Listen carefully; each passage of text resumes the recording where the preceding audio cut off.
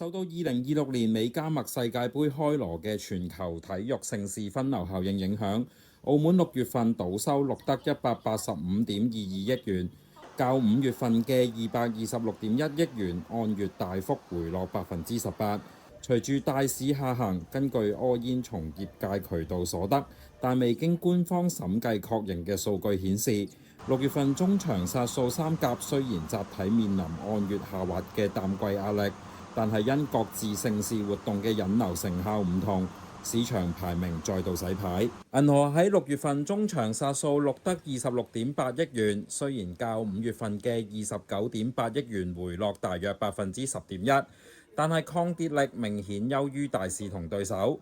5月份銀河依靠5·1黃金週同多場盛大演唱會創下高峰，而6月中下旬銀河綜藝館再度迎嚟港台頂流巨星嘅密集個人巡迴演唱會，透過將演唱會門票同旗下高星級奢華酒店進行高端套票綁定。銀河精準鎖定高端旅客嘅留宿時間，呢群高消費力中場客嘅穩定投注，成功抵消世界盃帶嚟嘅客流分流，令到佢嘅跌幅控制係1成左右，成功穩居6月份排行榜第一位。而主打頂級奢華嘅永利皇宮喺5月份中場殺數有所回落，而被美斯美高梅超車屈居季軍。然而喺6月份，永利皇宮展現出極強嘅穩定客源，單月殺數錄得13.7億元，雖然跌幅達到17.5%，但喺大市下行嘅情況，仍然成功稍微反壓對手美斯美高梅，奪得6月份亞軍席位。5月份中場殺數表現最驚豔嘅美斯美高梅，憑住免費精緻餐飲及小食策略同密集嘅美食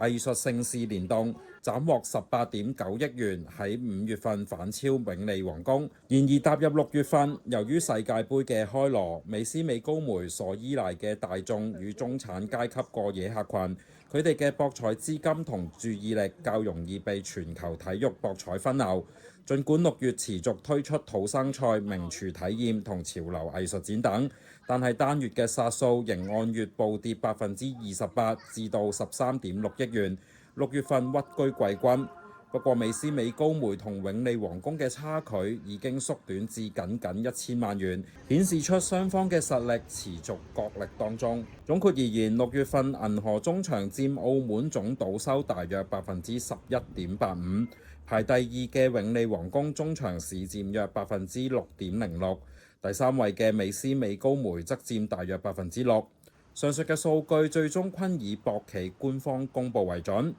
除此之外，柯煙亦都收到消息，近期博監局要求博企嚴格監管賭場公關喺各大社交平台上嘅宣傳，以免觸犯法律。